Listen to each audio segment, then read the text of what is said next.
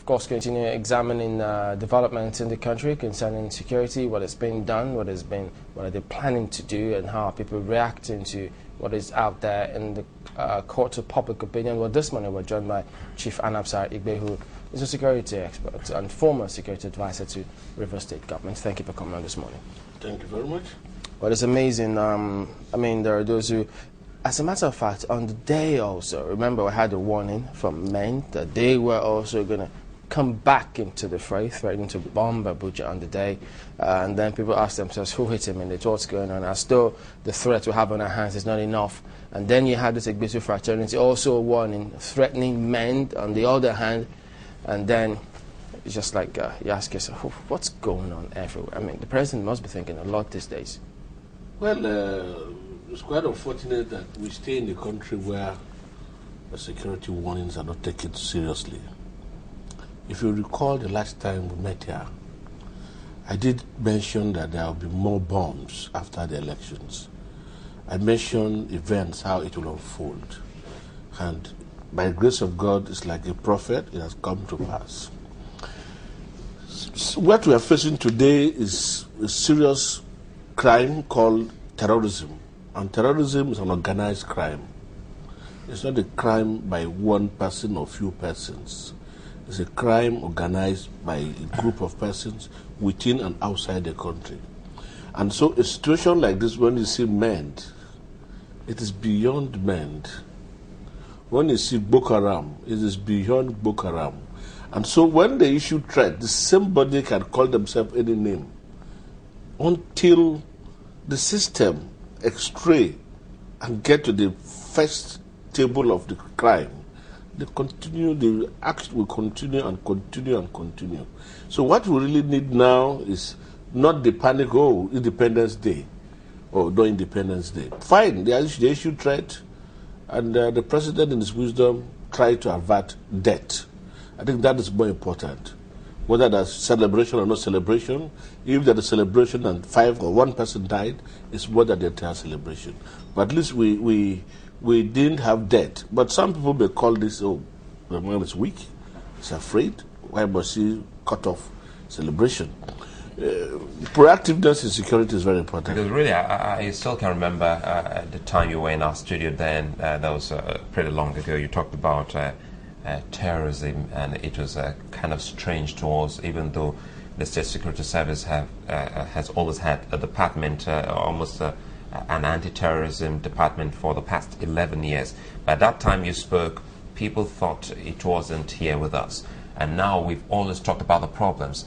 But after the China's Forum on October 1, everyone realizes it's time to talk about solutions and recommendations, how we can really get ahead and leave the situation. Being someone who's been a security chief and you have firm understanding of terror activities, what would you be saying to the government at this point in time? Well, I am not a prophet of doom. In all my presentations, I give you the problem and I give you solutions. I have been providing solutions ahead of time. So let's look at we can't get an overdose of solutions. Solutions is very simple. The first thing that we have to do is to set up a counter-terrorist unit, very seriously. And the director of that unit reports directly to the president, although administratively the NSA will be in charge. The second solution... Now, does the office of the NSA has a counter-terrorist unit? Because as we speak, we know the SSS has one. Are you aware the NSA's office has another one? There is nothing wrong. Even in America, in England, in Israel, in Germany, in Argentina, Australia, the military themselves have counter-terrorist units, special task force meant for counter-terrorism. So everyone can have. Yes, everyone can have, but there is a special body which is accountable to Mr. President directly. That is the body Mr. President talks to in the morning and the last thing he talks to before he goes to bed. Because their duty is purely to counter terrorism. And they are trained not only to counter, they are trained as terrorists. So, from the beginning, they know the concept of terrorism, They know what is called cell mating. They know the various aspects of how to handle terrorism. The police, I told you last year that they are not equipped enough to tackle terrorism. I make bold to say today, the SSS, as they call them, they are not equipped enough and they are not trained enough to handle terrorism. Last year, when they said they will appoint a special advisor on terrorism, I made bold to say he will fail.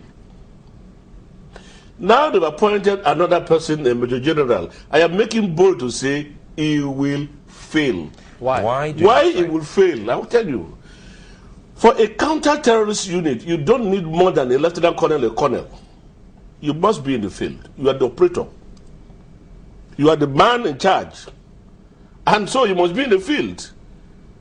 The counter-terrorist director is supposed to be in Maiduguri, where he will oversee things himself. And he will hack the situation. Not a man who stays in an AC comfortable place and taking messages from people. Tell us why. Sorry, Chamberlain. Tell us why you say the SSS is incapable of handling that. And sorry, a moment, because in our history, that's the only agency that has the longest anti-terror unit so far, and they've always had men manning such units. Look, bureaucracy is a problem. If you look at the counter-terrorist law all over the world, the European law is quite different from the American law. All right? You must structure the law. The SSS works within the confinement of the law that created them.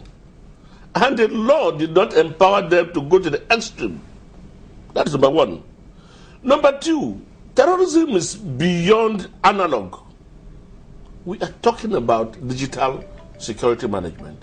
So the SSS, the way they have one or two equipments, but these are not counter-terrorist equipment. I agree they can do hacking. Do you know all the equipment they do have? You see, if the SSS is a counter-terrorist organization, the first thing they will do that will impress Nigerians, that will make them feel like they're magicians, is to ensure that they know how and what type of arms that goes into a particular city. We had a quick one. We had a retired director from the service who actually was a counter-terrorist expert. He was on the forum and he went down memory lane to tell us what kinds of terrorists and how they have evolved over time. And if there never existed any counter-terrorist unit, because now we know that there is a difference between an anti-terror unit and a counter-terror unit. Once it's full-blown, then you get into counter-terror. It means the anti has failed. And you say they're incapable or they have insufficient equipment to fight all of this. Let me tell you in a plain language. Because we're talking about solutions here, and if we try to make statements, we try to back them with facts. Whatever I tell you, history will judge me, and I will recall them. I had sat here, I sat in different fora, and I had spoken, I had predicted, and I've told you this is the situation on the ground. I said we are moving from the analog to digital. Counter-terrorism or anti-terrorism are the same thing. What the counter-terrorists do is what the anti-terrorists do. You see, terrorism is not only about information gathering. It's also about combating it. One, you get intelligence report. You must combat it. And a situation in Nigeria where somebody who combats terrorism is being prosecuted openly, it's not done in America, in Britain. So you have to, first of all, look at the law. What do you mean openly? You don't, terrorism is war. Somebody has declared a war against a place, a country, and you have somebody to counter him. He's going to fight war with him. And if somebody dies in the process of that war, and you say you're prosecuting him, public. Anything about counter-terrorism is not in the public notice. In the all over the world. So their operations are secret. Decoded operations. They can do anything and the president knows this is what they have done. They don't need, the press don't need to know what they have done. The public don't need to know what they have done. How did they instill confidence and allay the fears of the public there? The actions will instill confidence. You will see actions. Action speaks louder than voice.